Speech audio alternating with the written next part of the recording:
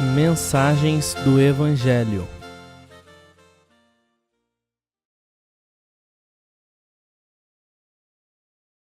Um chamado à separação. Apesar de não sermos chamados a consertar a confusão que existe no testemunho cristão, existe algo que somos chamados a fazer para nos colocarmos na posição correta em relação a essa confusão. O apóstolo Paulo descreveu o abandono da verdade no testemunho cristão como algo tão confuso que apenas o Senhor seria capaz de distinguir entre os que são reais e os que são falsos. Ele segue dizendo que nossa responsabilidade nisso tudo é nos apartarmos daquilo que sabemos que está errado e que é inconsistente com a verdade das Escrituras. Qualquer que profere o nome de Cristo, o Senhor, aparte-se da iniquidade. 2 Timóteo capítulo 2, verso 19. A fim de ilustrar este ponto tão importante, Paulo usou a figura de uma grande casa para descrever a confusa condição existente na cristandade. Na casa há uma mistura de vasos, de ouro e de prata, os verdadeiros crentes, e também de pau e barro, os falsos, meros professos.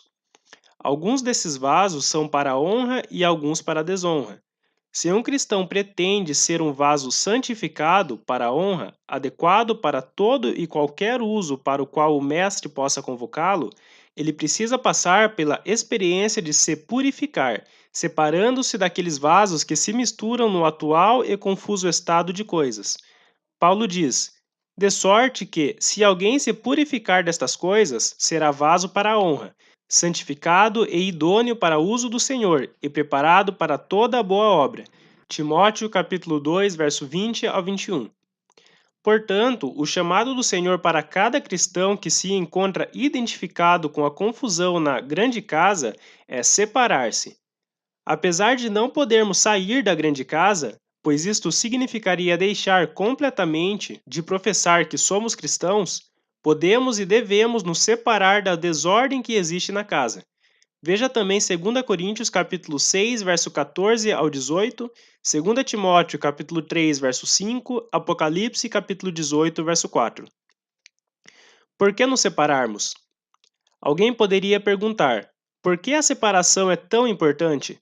A resposta é simplesmente porque podemos ser e efetivamente seremos contaminados por nossas associações.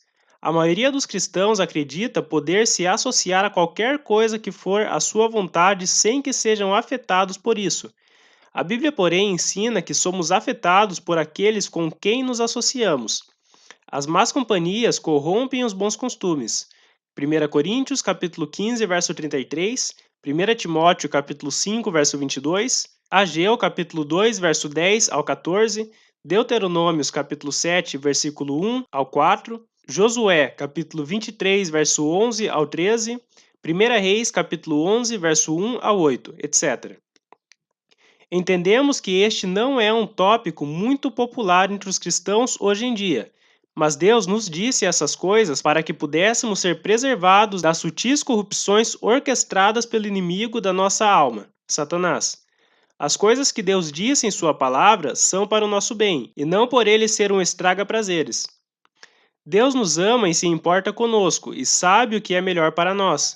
E lembramo-nos de que nunca somos mais sábios do que a palavra de Deus.